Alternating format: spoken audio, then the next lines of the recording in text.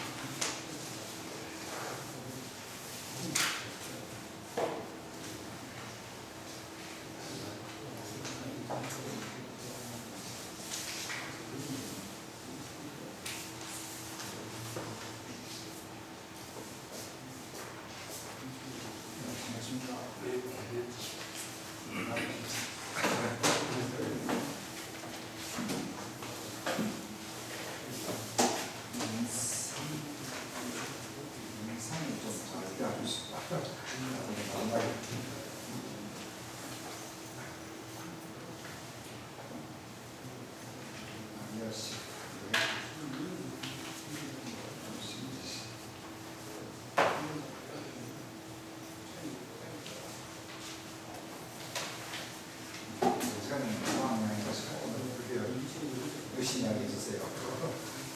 그래 안 될 것 같은데. 네, 맞습니다.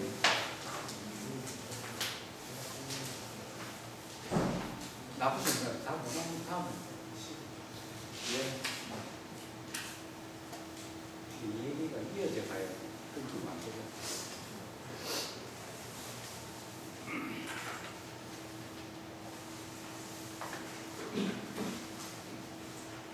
시간.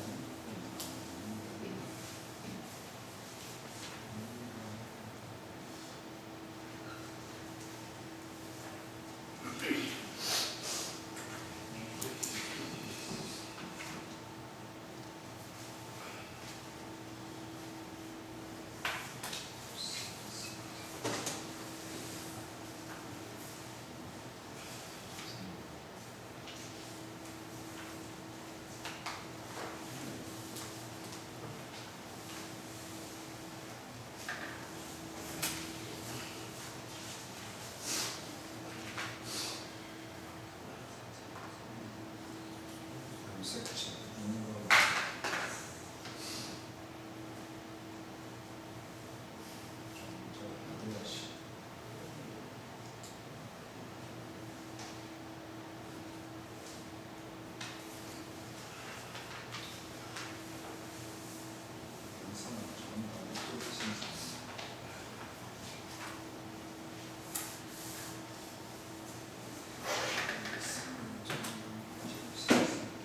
저희 영상 책 하나 있어요.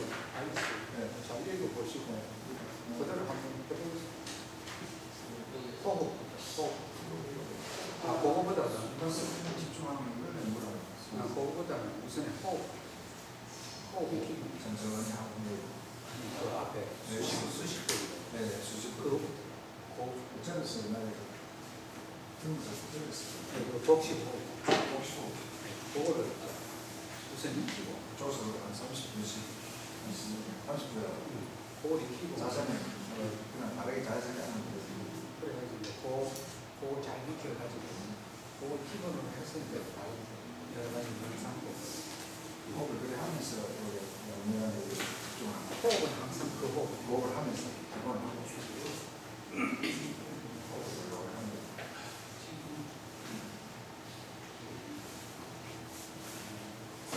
정적인 부분이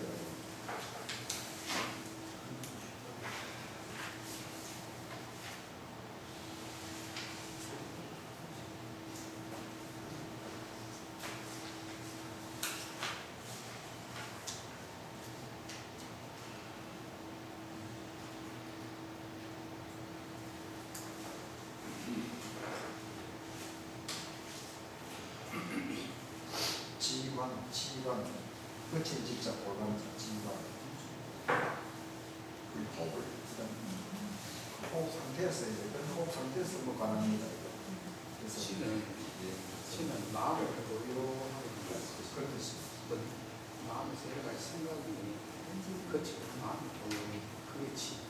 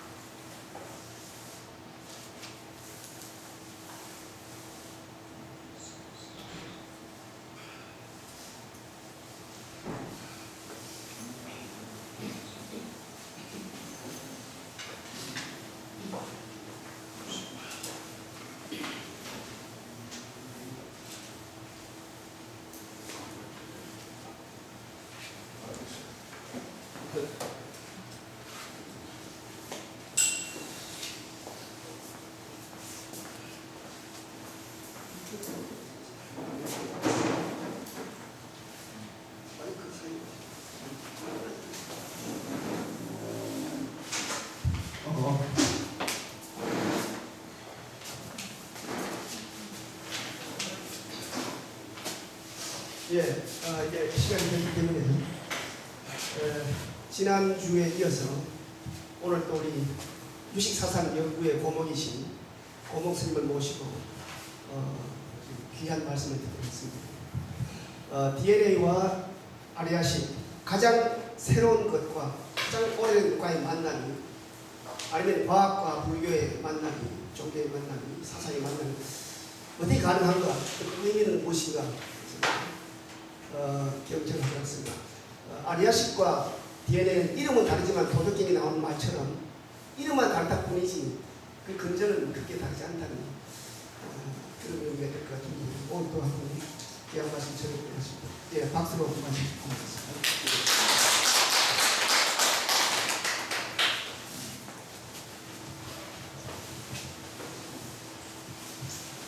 네. 그럼 지난 시간 이어서 수업을 계속하도록 하겠습니다.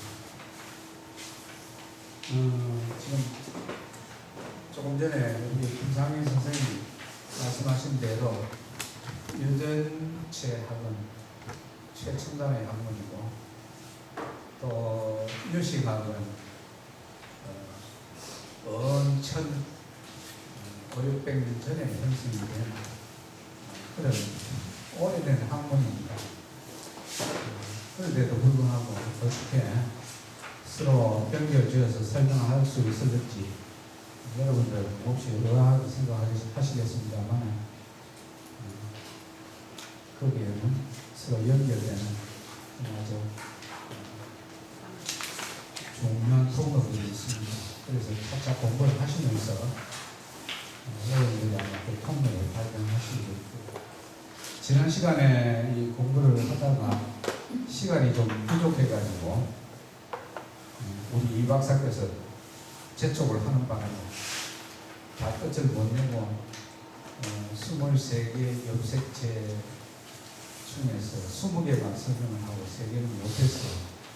그건 제가 뭐 그렇게 끊으려고 끊은 것도 아니고 우리 이 박사가 끊은 거니까 그렇게 이해해 주시기 바랍니다. 마지막에 3개도 간단하게 설명하고 넘어가야겠죠. 그렇게 해서 다음 순서로 넘어가도록 하겠습니다. 20번 염색체는 정치학이라는 그런 타이틀을 붙였어요. 정치학. 정치학은 정치인들이 하는 말은 그따르고 속다르죠, 그죠? 그래서 무슨 말을 해도 과연 무슨 꿈이 속에 있을는지 우리가 의심하는 것이 소위 정치라는 겁니다. 유전자에도 이와 같은 모습을 닮은 유전자가 있다 하는 것을 소개를 드리려고 합니다. 그래서 20번 염색체에 있는 이 유전자는 도무지 그 속내를 알 수 없는 정상적인 유전자인데도 그 유전자가 만들어내는 단백질은 부도 변형을 거칩니다. 그래가지고는 단단하게 똘똘 뭉쳐서 세포를 파괴함으로 해서 불치병을 만들어내고 이런 작용을 해요. 그러니까 분명히 정상적인 정상적인 유전자고 어째서 이렇게 어이없는 짓을 하는가? 속내를 알 수 없다. 이게 마치 정치인들이 하는 운동과 비슷하다 하는 그런 의미에서 정치학이라는 그런 테마를 붙인 것 같습니다. 그래서 이 20번 연습제 속에는 PRP라 하는 유전자가 있습니다. 아주 정상적인 작용하는 유전자예요. 그런데 이것이 만들어내는 물질은 이외로 불치병을 만들어내고 그래서 도무지 수수께끼다. 알 수 없다. 사람은 멀쩡한데 하는 말은 도저히 알 수가 없다. 마치 정치하는 사람들의 정치적 운동과 같다. 이래서 아마 매트 리들리라는 분이 아마 여기다 정치학이라는 그런 테마를 붙인 것 같습니다. 그 다음에는 우생학입니다. 우생학은 지금 이 시간에도 세계 곳곳에서는 이 우생학적인 그런 판단에 의해서 유전자 공학이 이루어지고 있습니다. 지금 이 순간에도 세계 곳곳에서 우리나라에서는 그게 좀 규제가 심합니다만 다른 나라에서는 비교적 자유롭게 개인의 게놈 지도를 뽑아서 그걸 해석하고 그리고 그것을 낱낱이 읽어서 자신의 수명과 자신의 질병과 자신의 잠재적인 능력 그리고 가장 적합한 직업, 개성 등등 이 모든 것을 정확하게 이겨낼 수 있기 때문에 이것을 갖다 바탕으로 해서 사회적 가치를 기준으로 해서 사회적 가치라는 것은 소위 말하면은 이렇게 근사한 최고에다 준수한 외모, 그죠? 그리고 스펙, 소위 말하는 스펙이죠. 그것이 우리가 추구하는 사회적인 가치 기준이지 않습니까? 그죠? 그렇죠? 그것이 이제 그 기준에 맞춰서 우생학적인 그런 유전자 조작을 지금 세계 곳곳에서 하고 있다. 지금 이 시간에도 하고 있다. 그래서 이것이 과연 타당한 것인가? 이것이 과연 타당한가? 이렇게 해도 괜찮은 것인가? 이런 면에서는 아주 심각한 우려를 제기하고 있다. 물론 꼭 필요한 부분도 많을 겁니다. 꼭 필요한 부분에는 개념 지도를 읽고 그것을 활용해서 우리가 이용을 해야겠죠. 유전체 지식을 이용해야겠지만 그러나 이런 사회적 통념만 사회적 가치를 기준으로 해서 이렇게 광범위하게 이런 일이 이루어진다면 그것은 매우 심각한 문제를 일으킬 수 있다. 그런 생각을 합니다. 그래서 여기에서 우생학이라는 타이틀을 붙였습니다. 예를 들면 이제 다운 증후군 같은 경우에는 제 3자가 볼 때는 좀 생김새도 좀 이상하고 또 수명도 짧고 그죠? 그 사회적 가치 기준에 따르면 조금 미달하는 걸로 판단을 합니다. 그러나 그 본인 자신은 지극히 낙천적이고 본인 자신은 불행감을 느끼지 않습니다. 본인 자신은 행복해요. 자, 그렇다면은 이와 같은 경우에 우리가 사회적 가치 기준에 따라서 유전자 조작을 해야 될 것입니다. 이런 것도 우리가 생각해도 하나의 예로서 얘기하는 겁니다. 그래서 많은 분야에서 인간의 지나친 욕심이 이 유전자 공학을 이용해서 이렇게 곳곳에서 시술이 이루어지고 있다. 이런 점은 우리가 심각하게 고려해 봐야 됩니다. 왜 심각하냐 하는 것은 요 다음 순서로 말씀이라는 순서가 있습니다. 여러분 보면 그 말씀을 통해서 유전자가 생겨난 과정을 쭉 이렇게 한 단계 한 단계 이렇게 밟아서 유전자가 어떻게 해서 유전자가 생겨났는지를 보면은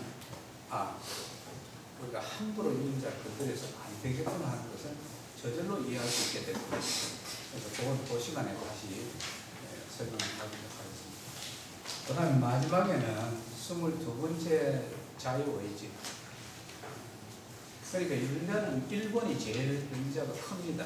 제일 깁니다. 그래서 이 뭉치가 제일 큽니다. 그리고 후순위로 갈수록 점점 짧아져요.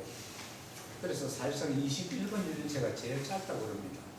22번이 이렇게 끝에 가 있지만 오히려 22번보다도 21번이 더 짧다고 그래요. 어쨌든 뒤로 갈수록 유전자가 짧아집니다. 22번이 지금 끝에가 붙어 있죠, 그죠?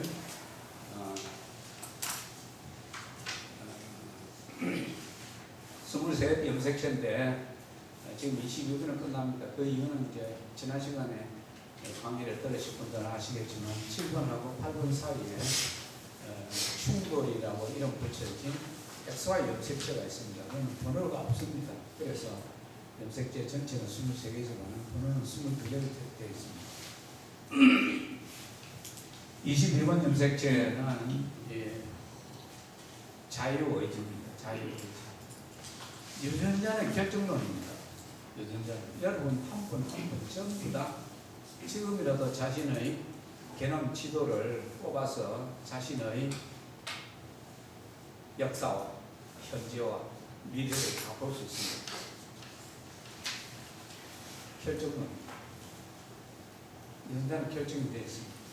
여러분들 한 분 한 분 다 수명이 몇 살이고 어떤 병에 걸린 것이고 또 어떤 병은 몇 살에 그 병에 걸릴 것이고 여러분들은 어떤 부분에 어떠한 내용의 개성을 가지고 있고 또 어떤 부분의 재능이 이런 것이 다 나와 있습니다. 그러니까 결정론이죠. 그래서 심지어 운명론이라고 합니다. 운명론. 자신의 운명이 그 개념 지도에 적혀 있다 해서 운명론이라고 합니다. 그런데 다행스럽게도 이 결정론, 운명론 중에서도 하나 열린 통로가 있습니다. 열린 통로. 열린 통로. 그것은 뭐냐면 현재 이 순간 또 다음 이 찰나 그 다음 찰나 자기가 자신의 자유의지로 행할 수 있는 그 부분이 바로 지금 이걸 얘기하는 겁니다. 비록 유전자는 결정되어 있다 하더라도 자기 결정에 의해서 자기 갱신할 수 있는 그런 자유의지의 통로가 열려있다. 물론 어렵습니다. 쉽지 않습니다. 왜냐하면 결정되어 있는 유전자는 항상 자기 자신을 압박할 것이기 때문에 쉽지가 않습니다. 그러나 유전자에 대한 모든 것을 잘 이해하고 스스로 자유의지를 발휘한다면 이렇게 결정되어 있는 그 압박도 벗어날 여지가 있다 하는 겁니다. 물론 지금 결정되어 있는 유전자 당장 바꾸기는 어렵습니다. 그러나 자유의지를 계속 발휘했을 경우 자연히 결정되어 있는 유전자, 그 나쁜 유전자는 작동을 못하게 되고 작동을 못하면 점점 쇠퇴하게 됩니다. 그리고 새로운 생각과 새로운 말과 새로운 행동을 반복하게 되면 새로운 씨앗이 심어지게 되는 거예요. 그렇게 함으로 해서 자유의지를 최대한 그 가치를 최대한 자기가 창조할 수 있는 것이다.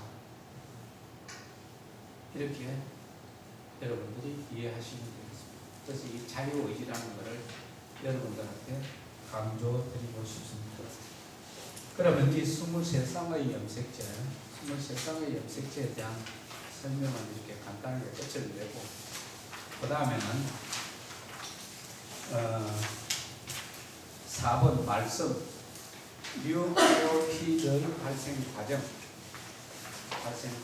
여기에 대해서 우리가 생각을 해보도록 하겠습니다. 이 발생 과정을 5단계로 나눠서 여러분들한테 어떻게 어머니 우주가 sab다만상을 생명체를 창조했는가, 어떻게 어머니 우주가 생명체를 창조해서 그렇게 해서 품고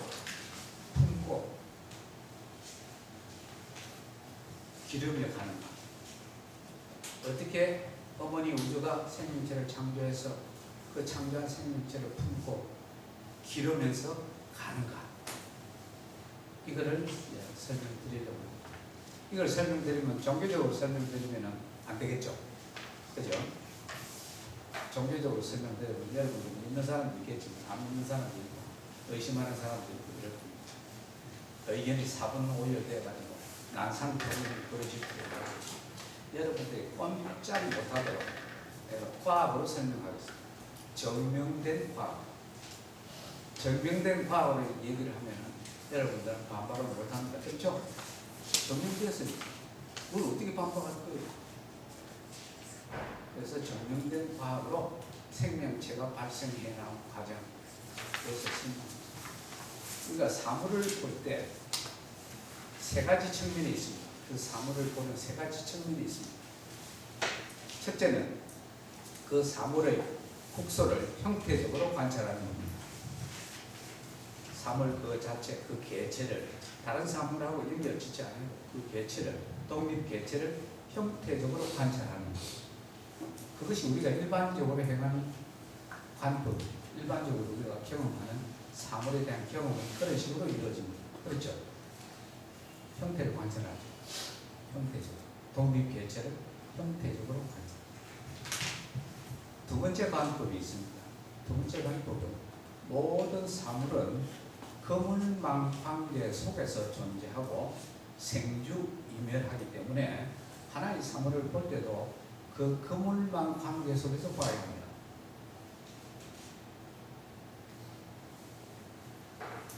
이런 관법이 있습니다. 그렇기 때문에 지혜가 열린 사람은 이와 같이 하나의 사물을 볼 때도 관계적인 그런 사태로 이렇게 관찰합니다. 그 독립 개체만을 보는 것이 아니라 다른 모든 사물과의 관계 속에서 생주이멸하고 있는 그런 관계성의 관찰이 있습니다.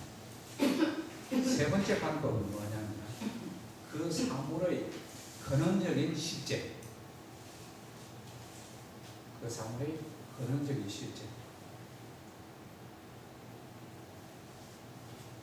근원적인 실제,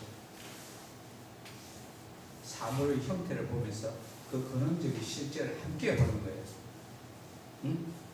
형태만 형태적으로만 관찰하는 것이 아니라 형태를 관찰하고 그 형태의 근원적인 실제까지 함께 보는 관법이 있습니다. 그래서 이 세 가지 관법이 있습니다. 그래서 이것을 이제 우리 유식에서는 합관이라고 해요. 합관이라는 것은 이렇게 형태와 근원적인 실제까지 합해서 하나의 온전한 사물로 관찰하는 그런 관법, 이걸 합관이라고 해요. 합할 합자에다가 관, 합관. 그래서 이제 이 수행하는 사람들은, 모든 수행자들은 이 합관을 이루기 위해서 죽기 살기로 노력을 합니다. 그래서 합관이 이루어지면은 지혜가 성취되고 인정이 되는 온전한 지혜가 성취되고 봅니다.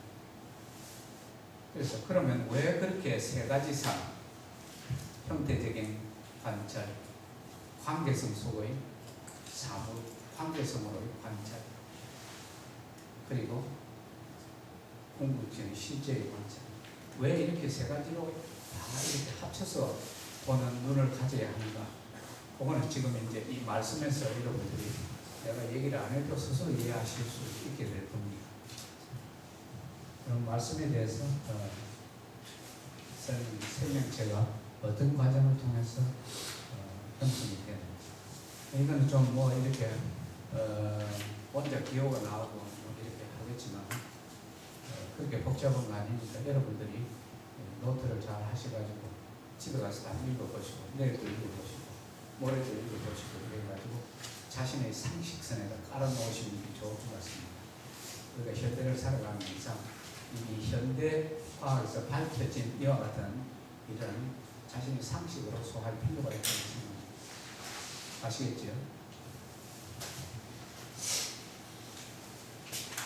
저 아, 네.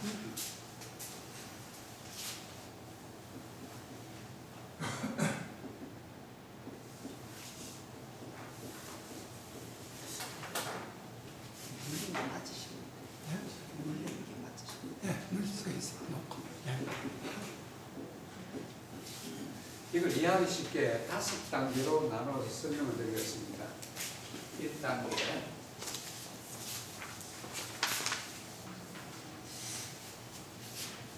그 다음에 2단계, 3단계, 4단계, 5단계 이렇게 설명입니다. 1단계는 삼라만상의 어머니, 현상세계의 수레바퀴. 이거는 이제 현대문학 속에서 가장 대표적인 분들이 계십니다. 그분들이 누구냐면 이제 슈레딩거라든지 닐스 보어라든지 하이젠베르크라든지 이런 분들이, 아인슈타인까지도 넣어도 좋습니다. 그분들은 삼라만상의 어머니, 현상계 일체 사물의 수레바퀴. 어머니라는 것은 내가 잠시 말씀드렸지만은 낳아가지고 품어가지고 기르는 것을 얘기합니다. 낳아서 품고 기르는 것. 이것이 이제 어머니라는 그런 비유가 뜻하는 내용입니다. 수레바퀴라는 것은 현상계 사물은 어떻습니까? 생주이멸하죠. 생겨나서 지속되다가 그죠? 변화하죠. 그리고 소멸합니다. 그죠? 이것이 끝없이 이렇게 반복됩니다. 이 마치 수레바퀴가 돌아가듯이 생주이멸이 이렇게 계속 반복됩니다. 그죠? 그래서 현상세계의 수레바퀴. 이렇게 이제 이분들은 비유를 합니다. 그리고 아인슈타인 같은 분은 장이라고 얘기해요. 장, 필드라고 합니다.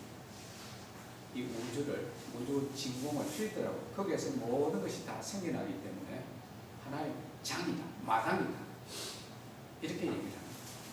그래서 1단계에서는 이 장, 진공이죠. 진공에서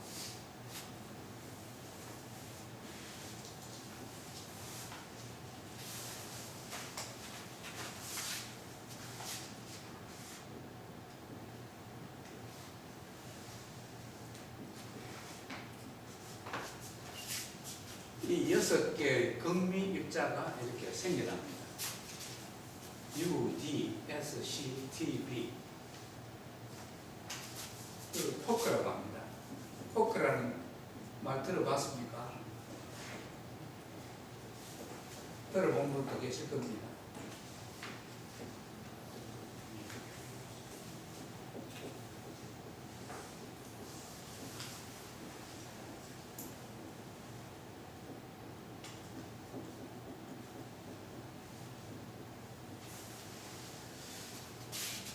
위에 U는 위 커크, 그 다음 D는 아래 커크, 그 다음 S는 키미오 커크, C는 매력 커크, T는 꼭대기 커크, B는 바닥 커크. 이 6가지 커크입니다. 그리고 최근에 발견된 것이 힉스라는 게 있습니다.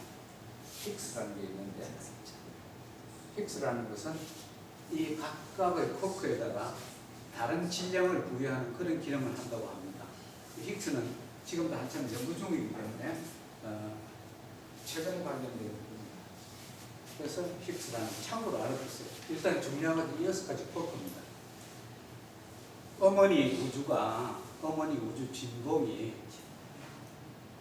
어머니의 뜻을 담아서, 자식을 기르는 어머니의 뜻을 담아서 내보낸 전령들입니다. 하나하나가 어머니의 말씀들이에요. 하나님의 말씀들이에요. 그래서 위커크, 아래커크, 기묘커크, 매력커크, 꼭대기, 바닥, 이 6개를 만들어냅니다. 그럼 이 어머니 진동이 여기 다 말씀의 뜻을 담아서 전령으로 내보는 거예요. 전령으로. 그래서 이 6개가 모든 일을 다 합니다. 이 6개. 더 만들 것도 없어요. 이 6개가 기초 재료로서 모든 일을 다 합니다. 그래 보세요. 어째서 어떤 식으로 모든 일을 다 하는지 보세요.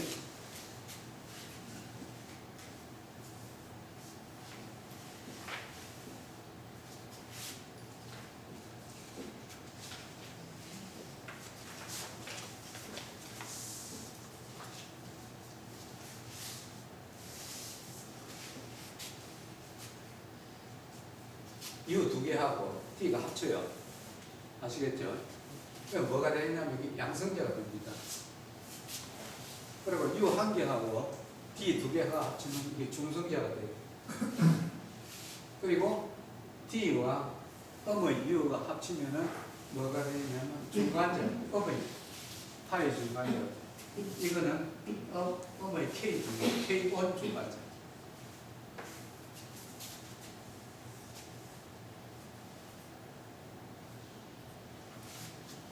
요거는 양의 파의 중간자, 양의 K1 중간자.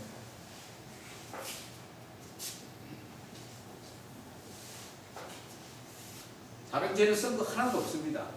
지금 6개 넣어가지고 다 요래 맞추고 저래 맞춰가지고 2단계 작업을 끝낸 거예요. 아시겠죠? 모르시겠습니까? 다른 어떤 재료 쓴 거예요? 없습니다. 처음에 만든 6개 가지고 이 중간 작업을 다 한 거예요. 이거 2개하고 이거 하나 합치고 이거 하나하고 이거 2개 합치고 그죠? 이렇게 해서 양성자, 중성자, 파의 중간자,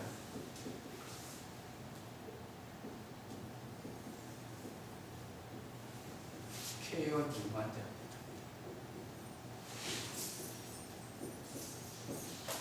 이거는 음입니다. 이거는 양이고. 이렇게 2단계 작업을 끝냈습니다. 다른 거 하나도 손 안 대고 그냥 처음에 만든 6개 재료만을 가지고서 중간 단계의 작업을 이렇게 끝낸 거예요. 그러니까 세 번째는 또 어떻게 하는가 봅시다. 세 번째는 또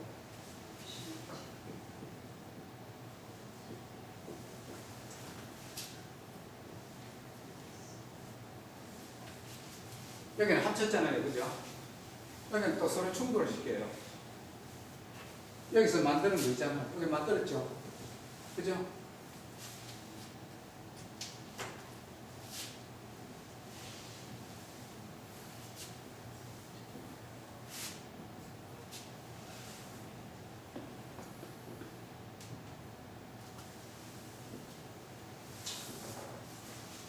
새로 만든 거 없어. 다 있는 거 가지고 다 이렇게 갖다가 여기서는 합쳤고 여기서 또 서로 충돌시켜요. 그렇게 하면 여기서 뭐가 나오느냐?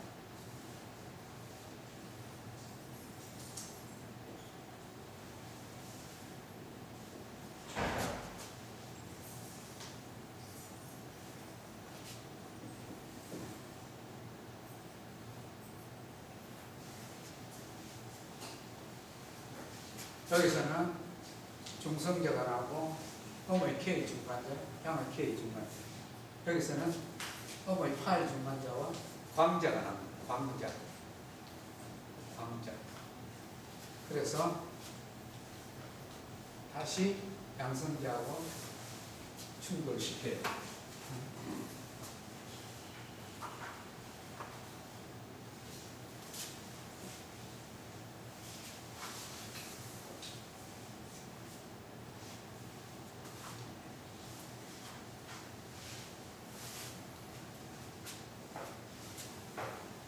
여기는 복잡합니다. 새로 쓸게요.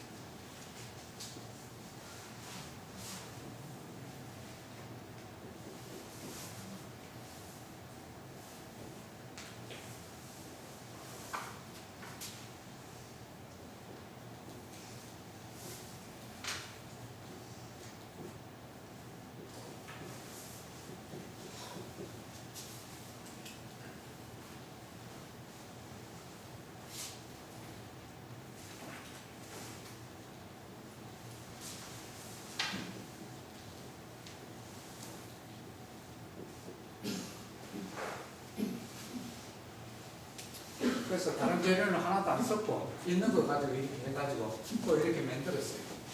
이렇게 만들었어요.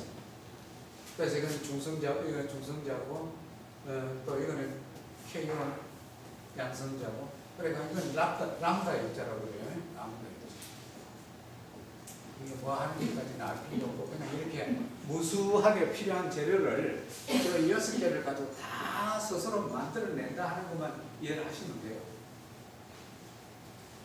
그렇게 하고 여기에서는 K1 중간자와 양성자를 충돌시켜가지고 어머니 파이 중간자 그리고 광자를 만듭니다. 그러면 광자에서는 다시 어머니 음자나 전자, 양자나 전자 이렇게 나와요. 이게 이제 재료를 일단 다 만들었어요. 필요한 재료를 전부 다 만들었어요. 생명체를 창조하기 위한 기본 재료는 이렇게 해서 다 만들었습니다. 근데 이와 같은 것들이 근거가 있느냐? 이거는 전부 지금 현대 물리학에서 다 밝혀진 사실들입니다. 여기에는 조금치도 우리가 의심할 여지가 없습니다. 그래서 이것들이 1단계, 2단계, 3단계, 4단계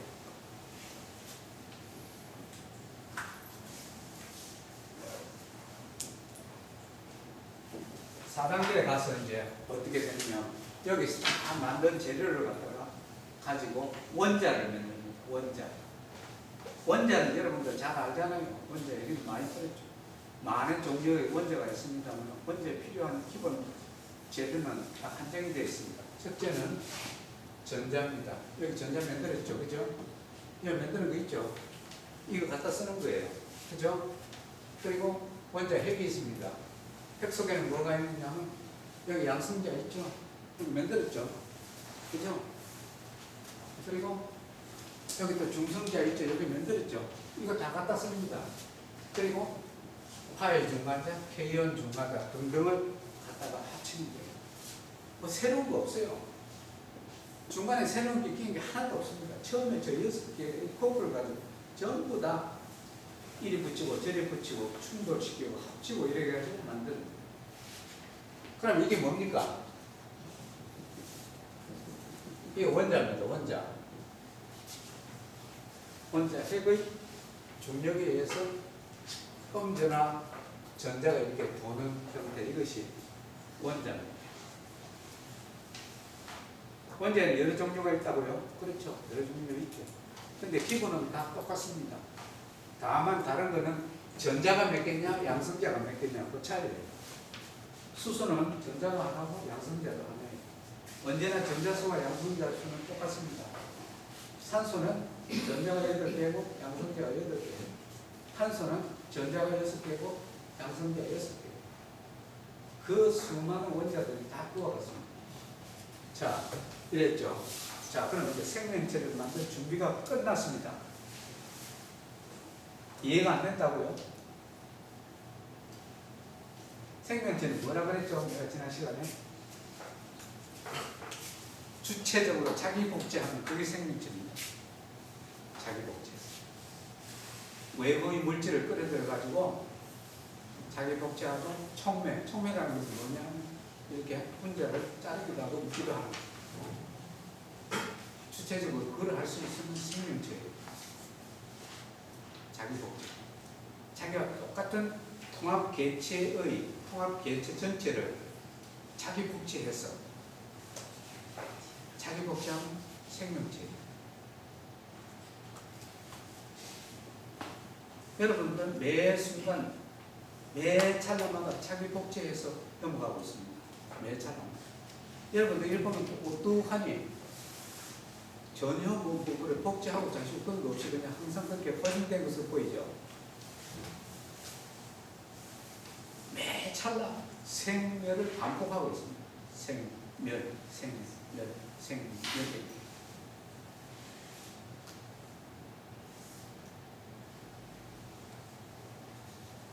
그걸 누가 하고 있습니까?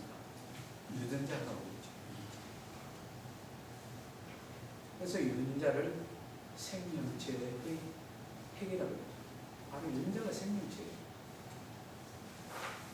그 작용을 하는 것이 유전자예요. 유전자를 만들면 바로 생명체를 만든 거가 되죠. 그러니까 그죠? 이해가 안 돼? 이해가 안 되면 못 가지. 넘어가지 말고 내 입자리에서 같은 소리 해야지.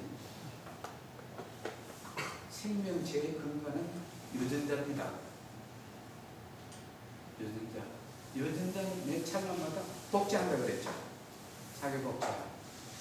그죠? 그리고 외부의 경험 정보를 이렇게 자기 복제하는 가운데 외부의 경험 정보를 이렇게 소장을 하고 보관을 하고 그죠? 그리고 그것을 또 주체적으로 활용하고 그죠? 주체적으로 활용하고 이게 생명체가 하는 일입니다. 그것을 누가 하느냐? 유전자가 하고 있다. 그래서 여기서 유전자를 낸다면 그게 생명체의 효시가 되는 거예요. 자, 그럼 이렇게 원자를 만들었어요. 그럼 유전자를 만들 준비가 다 끝났습니다. 어떻게 만드느냐? 이 원자를 합치면 여러 가지 원자를 합치면 분자가 됩니다. 그 분자 중에서 가장 하이라이트가 뭐냐면 뉴클레오티드 핵산입니다. 모든 분자 중에서 가장 하이라이트 분자가 뉴클레오티드 핵산입니다. 지난 시간에 그림을 그려서 보여줬죠? 그죠? 이렇게 생긴 것도 있고, 이렇게 생긴 것도 있고, 그죠? 여기에 뭐가 있다 했습니까? 수소, 그죠? 산소, 그죠? 그 다음에 탄소, 그죠? 질소 있죠? 그리고 여기 당이 붙어 있습니다. 당도 분자입니다.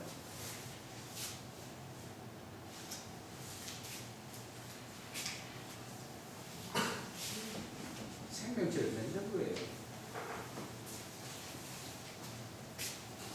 이 어머니 우주가 6개의 전령을 시켜서 전령에다 어머니의 뜻을 담아서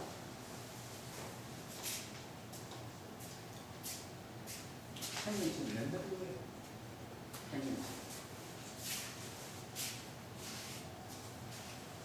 이해가 됩니까? 돼요? 그렇습니다. 어머니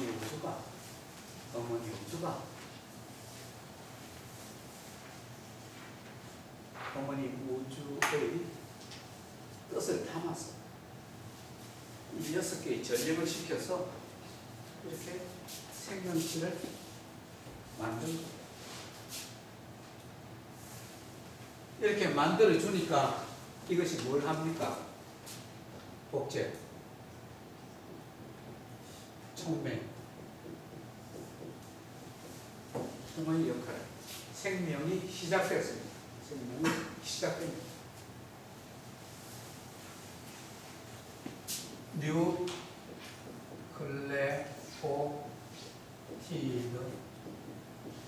핵산 ATGC 네 가지가 있거든요. 처음에는 그냥 이렇게 단순히 가장 원시적인 형태의 생명체를 만들었습니다. 그래서 이것이 점점 발전하게 되죠. 첫 번째 하는 일은 뭐가 되겠습니까? 자기 복제. 통합체로서의 분자 통합체, 분자 구조물로서의 통합. 이 순간하고 다음 순간은 뭐 달라져 버리면 안 돼요. 이 순간을 포함해서 더 좋아지는 건 모르지만 이 순간에 내가 가지고 있던 통합적인 조직을 무신한다든지 이러면 그거는 안 되죠. 그대로 유지하면서 더 나아지는 방향으로 나가면 이것이 진화죠. 그죠? 진화. 그래서 이 촉매는 진화작용을 하고 복제는 이 형질을 자기 개체 생명의 형질을 그대로 복사하는 겁니다. 복사. 이것이 생명체의 탄생입니다. 저것이 이제 발전해서 DNA가 되고 그리고 다시금 RNA를 만들어서 몸과 마음 이중 구조를 가지게 되는 거예요. 처음에는 몸과 마음은 이중 구조가 아니었습니다. 단순한 생명 현상이었죠. 그러다가 모든 것은 더 효율적으로 실행하기 위해서 몸을 두는 것이 더 좋기 때문에 목을 두게 되면 어떻습니까? 더 많은 경험을 하게 되죠. 그리고 자기 주체적 지향성을 신체를 통해서 효율적으로 발휘할 수가 있습니다. 자기 주체적 지향성을 효율적으로 발휘할 수가 있어요. 몸이 없으면 어떻게 했어요? 그거 어렵잖아요. 그죠? 몸이 없으면 이거 잡아올 수도 없잖아. 가서 때릴 수도 없어. 몸을 만드는 것이 자기 주체적 지향성을 더욱더 능동적으로 효율적으로 발휘할 수 있으니까 몸을 만들게 돼요. 몸을 만들자. 그래서 몸과 마음이 이중구조가 된 거예요. 그래서 RNA, DNA가 구분이 돼요. 어쨌든 이와 같이 생명의 효시는 이렇게 탄생이 됐어요. 생명의 효시를 탄생이 됐는데 DNA에서 보니까 어떻습니까? DNA에서 이렇게 쭉 기원 속으로 해서 가보니까 어때요? 여기 오죠? 공기가 아닙니까? 생명체에서 이 생명체가 생겨나는 기원 속으로 해서 가보니까 어디까지 갑니까? 어머니 우주까지 가잖아요. 어머니 우주의 말씀까지 가잖아요. 어머니 우주가 낳아서 품고 기르는 그것을 알게 된다는 거예요. 어머니 우주가 우리를 낳아서 내버린 것이 아니고 품고 기르고 있는 것이 지금 현재 우리들의 모습입니다. 좀 불만인 사람도 있겠죠. 날 좀 잘 키워주시지, 나는 왜 이래? 이런 사람도 있을 거예요. 그죠? 그죠? 왜 그런지 아십니까? 말을 안 들어서 그래요. 말을 안 들어서 그래요. 어머니 우주의 그 원리에 대해서 무지하고 자꾸 거꾸로 가니까 말을 안 들어서 그래요.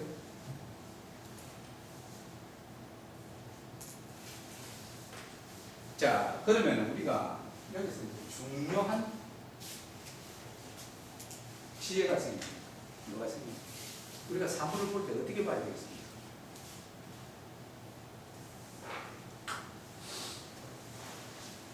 사물을 볼 때 그 개체 하나만 놓고 형태적으로 관찰하는 게 끝이 되겠습니까? 아니죠. 온전한 지혜는 저기까지 가서 다 해요. 그래서 저것을 내 몸에서 실행할 수 있어요. 내가 주체적으로 배웠어요. 깨달았어요. 지혜가 열렸어요.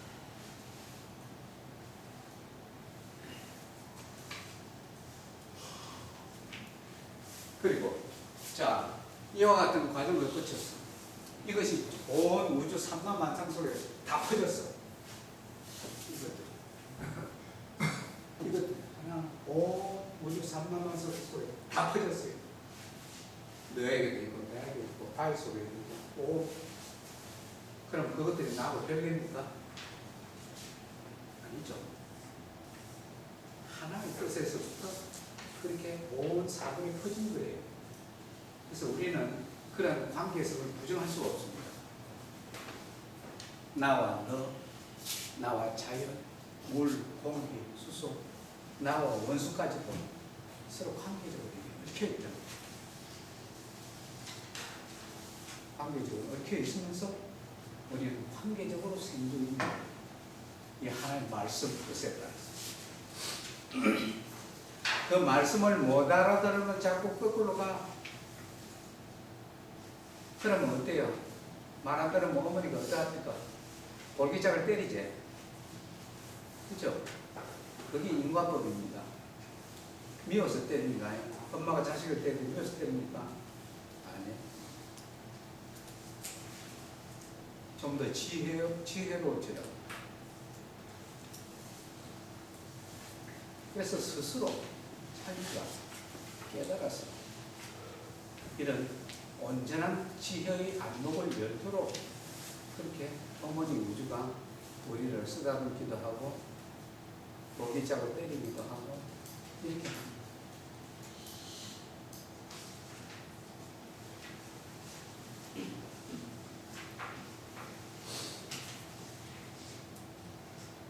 대충 여러분들이 수긍이 되십니까? 우리 속에 우주가 우리 속에서 우리를 품어 기르면서 가르치고 있다는 거 이해가 되시죠? 이러한 이유에서 과학적 근거를 가지고 이렇게 얘기를 하는 거예요. 그러니까 그렇기 때문에 우리가 사물을 볼 때 그 개체의 형태만 보아서는 안 됩니다.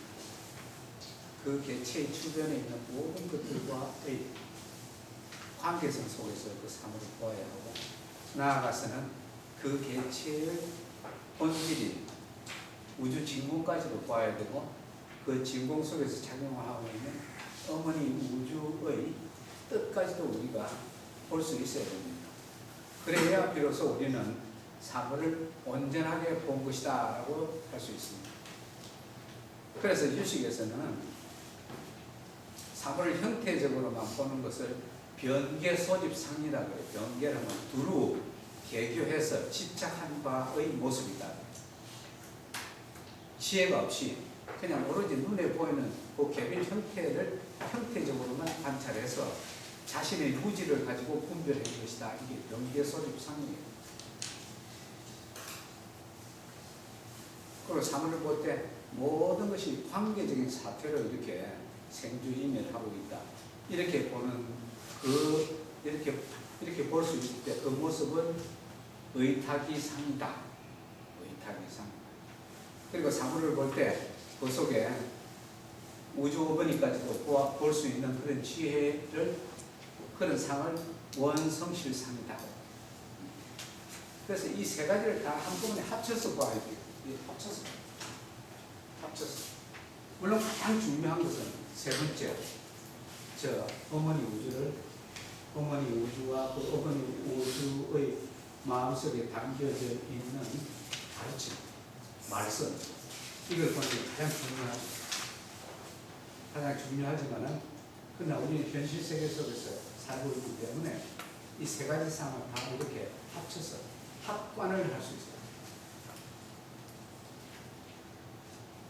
그래서 여러분들도 사물을 볼 때 항상 이런 이치를 생각해서 좀 더 형태에 그치지 아니하고 그 깊은 내면까지도,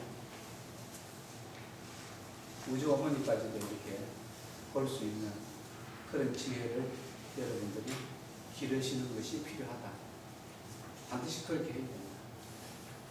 저는 그렇게 여러분들에게 강조를 드리고 싶습니다. 그래서 뉴클레오티드의 발생은 곧 생명체의 발생이다. 이렇게 이제 이해를 하시면 되겠습니다. 그래서 우리 몸속에 있는 이 유전자는 저와 같은 과정을 거쳐서 이렇게 최초의 생명을 발생했고, 그리고 최초의 생명을 발생한 이래로 계속적인 주체적 경험 정보의 집적, 그리고 자기 주체적 지향성 활동, 자기 갱신의 노력, 이런 걸로 인해서 오늘날에 우리가 이렇게 형성되었다. 수십억 년의 역사를 통해서 그렇게 형성되어왔다. 이렇게 얘기 드릴 수가 있겠습니다. 자, 그러면은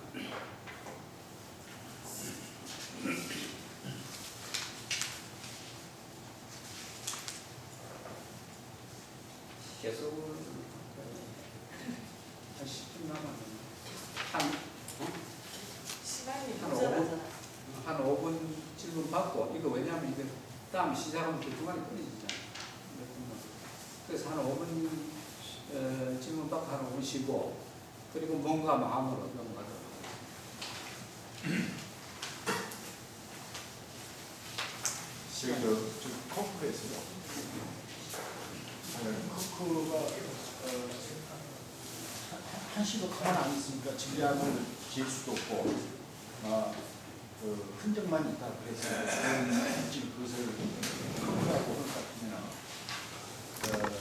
물질과 정신의 중간 그것을 보통 우리가 기라고 표현을 많이 하는데요.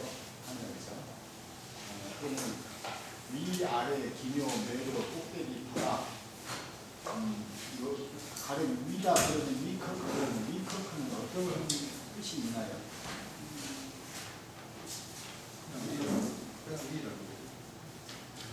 그냥 위. 그러니까 그 특성을 따라서 붙인 게 이름, 위, 아래. 그 위에 있다고 해서 커크라고 그러나 커크. 아니 그래서 기묘 커크다 하면 커크는 기묘함이 있다. 또 커크는 매력이 있다. 그런 것은 이해가 되는데 그게 뭐 구체적으로 어떻게 뭐 어떤 특성을 가지고 있으면 어떻게 작용하냐면 너무나 전문적인 거라서 그거까지는 내가 알 수도 없고 커크가 위에 있으면 위 커크라고 아래 있으면 아래 커크라고. 그리고 좀 기묘하다, 네. 낯설다, 뭐 이래서 스트레인지 또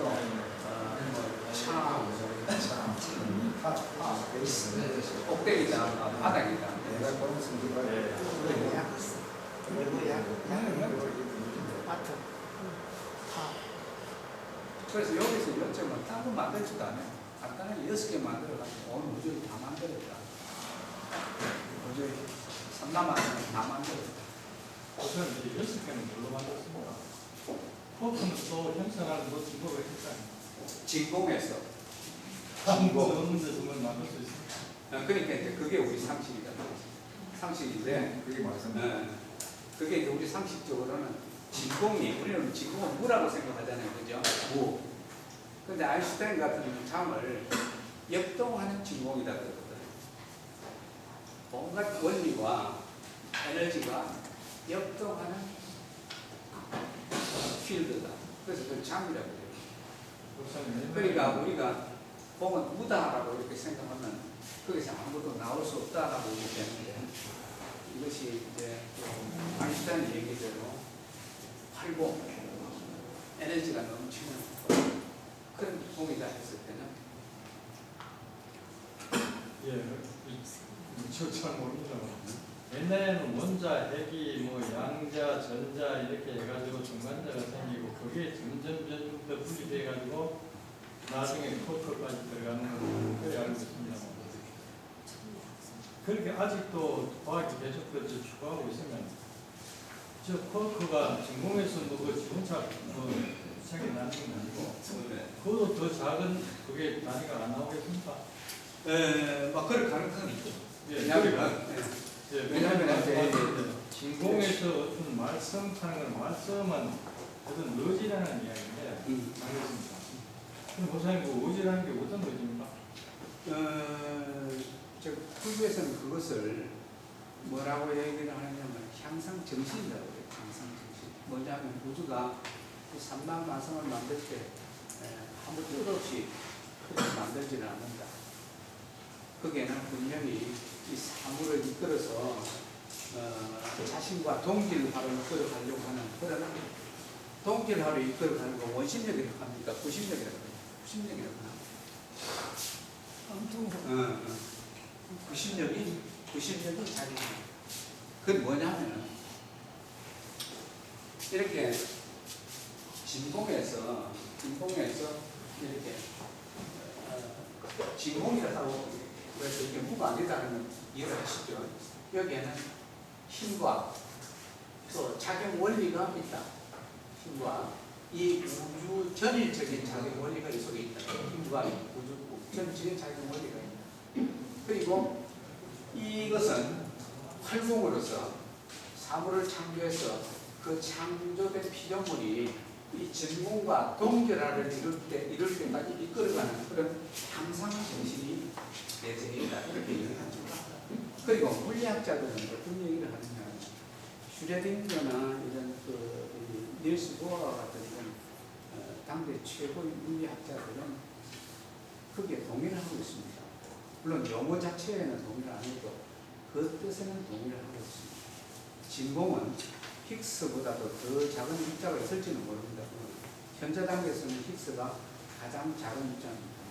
앞으로 더 연구 관찰이 돼야 힉스보다 더 작은 입자, 진공에서 나온 것이 1차적인 그 가장 작은 입자가 힉스인지 아니면 그보다 더 작은 게 있을지는 모르지만 어쨌든 현 단계로서는 힉스가 가장 적으니까 현 발견으로서는. 그래서 이것은 아까도 서둘러 얘기했지만 이 진공의 삼남화성의 어머니이기 때문에 이와 같이 생겨난 것입니다. 어머니이기 때문에. 그러니까 과학자가 그런 얘기를 했을 때는 말하자면 그것은 화학자의 어떤 정의상학적인 사유나 직관 이런 것이 작용했기 뭘 진공을 현미경으로 관찰해서 그런 얘기는 안 했을 거예요. 가정하지 않고서는 그런 물질이 발생할 수 없기 때문에 가정되는 부분 아니겠습니까? 그렇죠. 일단 가정이라고 봐야죠. 예, 근데 왜냐면 관찰 안 되는 거는 그냥 발생하는 의지를 갖고 있다는 부분은 이해가 안 되는데. 여기서 이렇게 갔을 때 예. 이게 무질서합니까?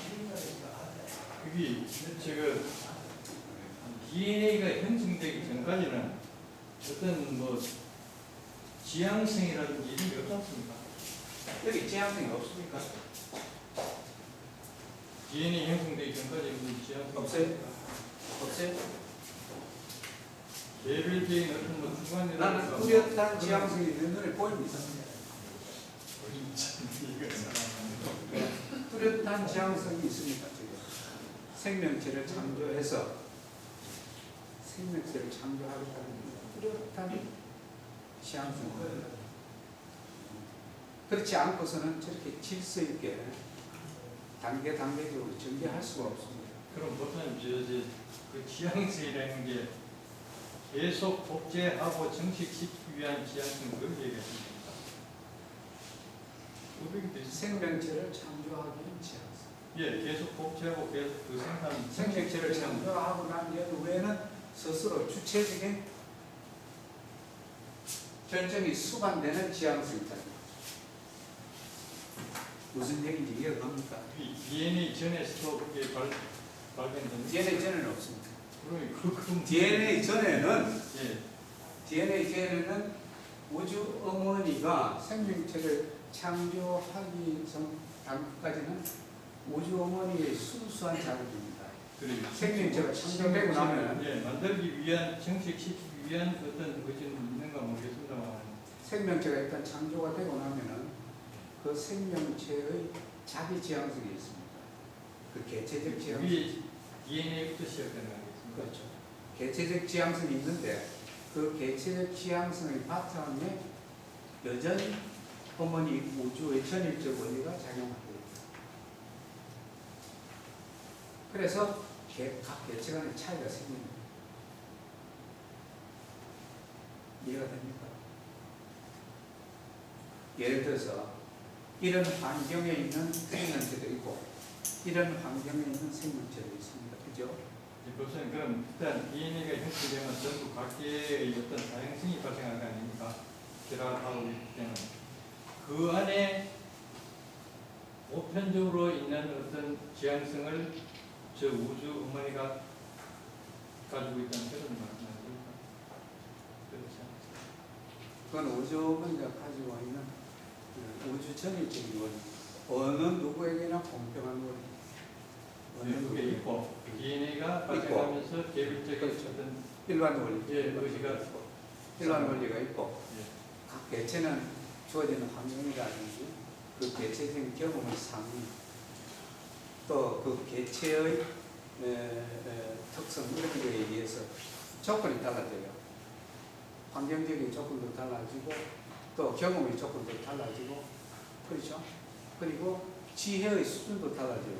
그와 같은 다른 환경 속에서 그러면은 그 다른 조건에 바탕에서 작용하고 있는 우주 전일적 원리는 다른 모습으로 나타나게 되어 있어요. 예를 들면 분노가 많은 사람한테는 분노가 많은 개체적인 조건을 가진 사람한테는 분노의 모습으로 나타나게 돼요. 자비심이 많은 그런 개체에게서는 자비로운 모습으로 나타나요. 지혜가 많은 사람한테서는 지혜로운 모습으로 나타나요. 이와 같이 각 개체가 가지고 있는 그 개체적인 조건에 이 전일 원리가 작용하기 때문에 똑같은 일반 원리라 해도 나타나는 모습은 각양각색입니다. 그런 분은 제일 기본적인 게 어떤 삶의 의지, 생의 의지 뭐 이런 겁니다. 우주의 그 기본 삶에서 우리가 이 우주를 항상 오는 지혜를 길러야 돼요. 우리의 바탕, 존재의 바탕에서 작용하고 있는 그 우주의 의미를 우리가 항상 생각해야 된다. 형태에만 그치지 말고. 잠시 쉬었다.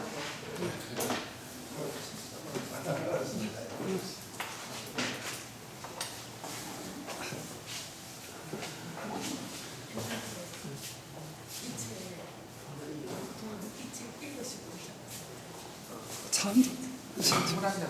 예.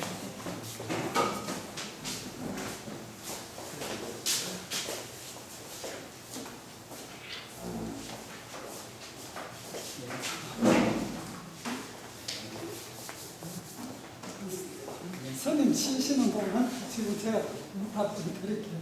그냥 치시면 진짜 사고에서 진짜 그렇습니다. 지금 논의되는 게 우리 철학에서는 이거를 우주론이다. 또 다른 데서는 생명론이다 이렇게도 이야기합니다. 그 우주론 입장에서는 과학자들의 그 우주론 시각도 있고 철학자들이 생각하는 우주론이 있습니다. 그러니까 우주가 어떻게 시작됐고 또 이제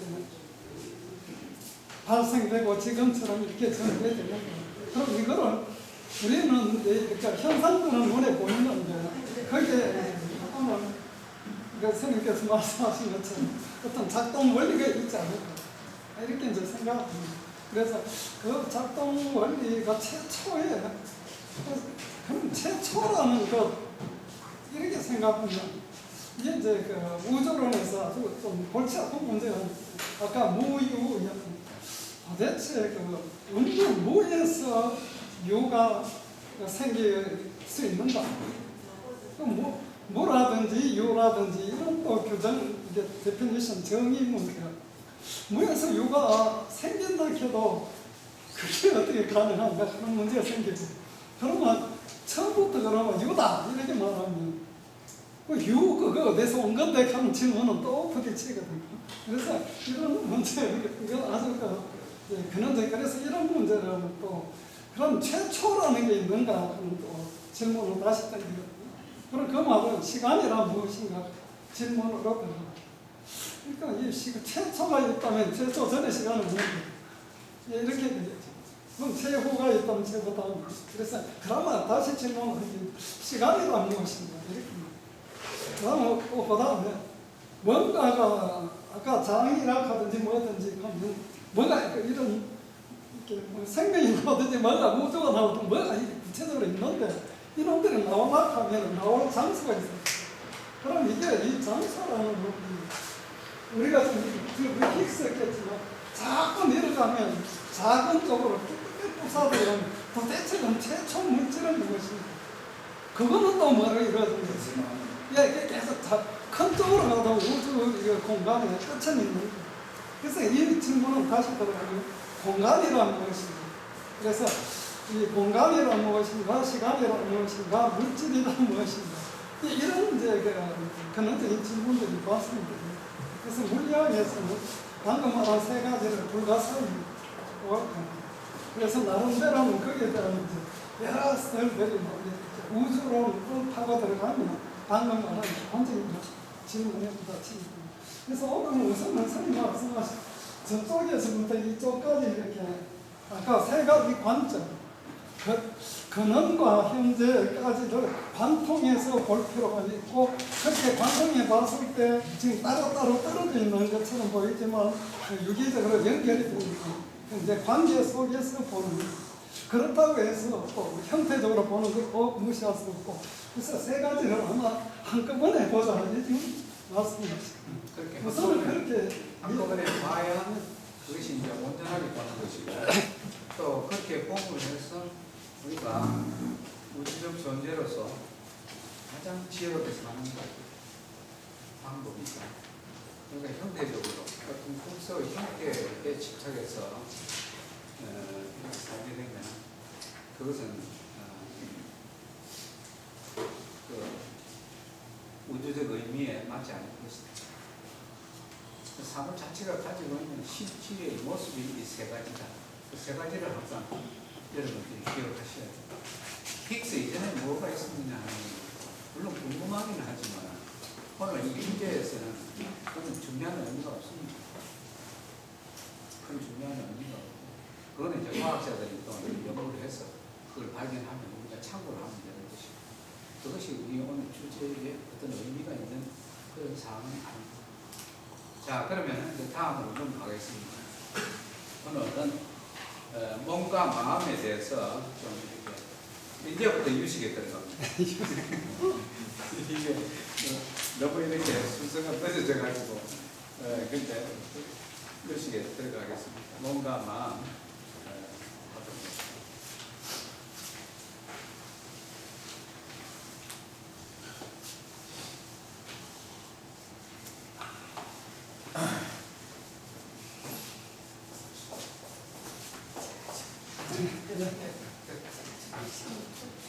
시간 없어?